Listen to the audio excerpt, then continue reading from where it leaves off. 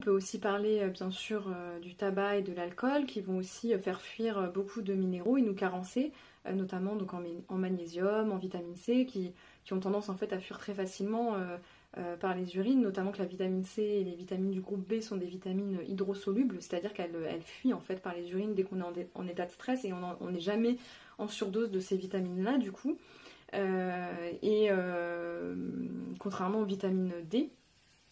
A, E et K qui sont elles hyposolubles et qui vont être stockées dans nos tissus adipeux. Et là par contre c'est très important de savoir si on est carencé avant de se supplémenter avec ces vitamines là parce qu'on peut faire une hypervitaminose qui peut être toxique et qui peut même pour le cas de la vitamine D par exemple amener une calcification au niveau des reins. Mais pour autant le calcium a besoin qu'on soit à un bon niveau de vitamine D puisque la vitamine D est un cofacteur essentiel de la bonne assimilation du calcium dans notre organisme. Donc si on manque de vitamine D, on ne pourra pas assimiler correctement le calcium qu'on va ensuite aller puiser dans nos aliments. Surtout qu'en plus on dit aussi que les peaux mates et les peaux noires ont tendance à être beaucoup plus vite carencées en vitamine D, surtout dans des pays peu ensoleillés en hiver. Donc voilà. Et pour ce qui est des protéines animales, je voulais aussi juste revenir dessus en vous rappelant aussi que c'est inutile en fait de consommer des produits animaux le soir parce que l'intérêt de manger des protéines animales, notamment par exemple je sais pas des œufs, ça va être de les manger le plus tôt possible dans la journée, donc dès le matin, surtout à midi c'est parfait parce que ça va en fait se transformer en un acide aminé, enfin apporter l'acide aminé qui est le tryptophane et qui est lui-même le précurseur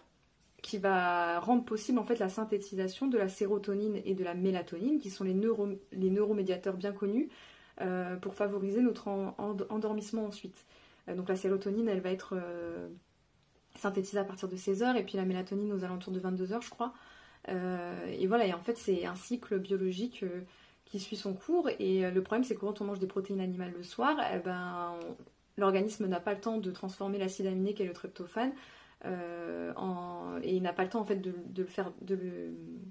le faire j'allais dire monter au cerveau, mais c'est ça en fait, il n'a pas le temps de dépasser la barrière pour arriver dans le cerveau et ensuite synthétiser la sérotonine et la mélatonine, parce que tous les neuromédiateurs, que ce soit la dopamine, la mélatonine, la sérotonine, il y a la noradrénaline avant, en fait ça se passe au niveau du cerveau, hein, tout ça. Et c'est pour ça qu'une bonne alimentation aussi permet d'éviter les cas de dépression et d'insomnie. Mais pour en revenir à l'équilibre acido-basique, lorsqu'on se trouve en acidose chronique, il va y avoir aussi tout un tas d'autres